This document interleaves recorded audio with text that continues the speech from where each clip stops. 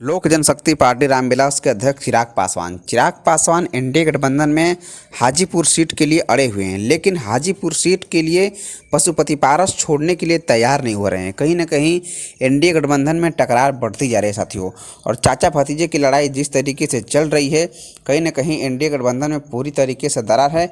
और बता दें कि चिराग पासवान हाजीपुर के लिए अड़े हुए हैं।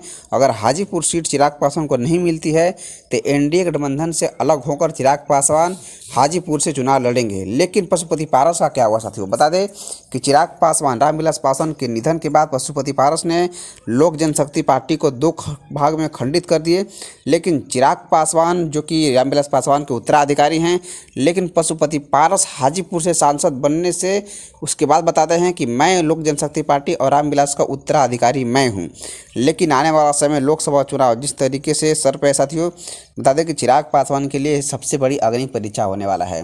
राजू तिवारी का भी कन्फर्म बयान आ गया है कि चिराग पासवान हाजीपुर से ही लोकसभा चुनाव लड़ेंगे। अब देखने वाली बात है कि चिराग पासवान और पशुपति पारस में टकरार देखने को मिल सकती है साथियों। सबसे बड़ी टकरार होगी चाचा भतीजे की लड़ाई हाजीपुर की। जिस तरीके से चिराग पासवान पर जनादेश कबरते जा रहा है बिहार में, कहीं ना कहीं चिराग पासवान के लिए तो कोई बड़ी परीक्षा हाजीपुर नहीं होगी, लेकिन पशुपति पारस की जमानत जब्त हो सकती है साथियों। जिस तरीके से पशुपति पारस का पार्टी टूटने के बाद विरोध हुआ बिहार में, उसको लेकर पशुपति पारस की जमानत जब्त हो सकती है बिहार में।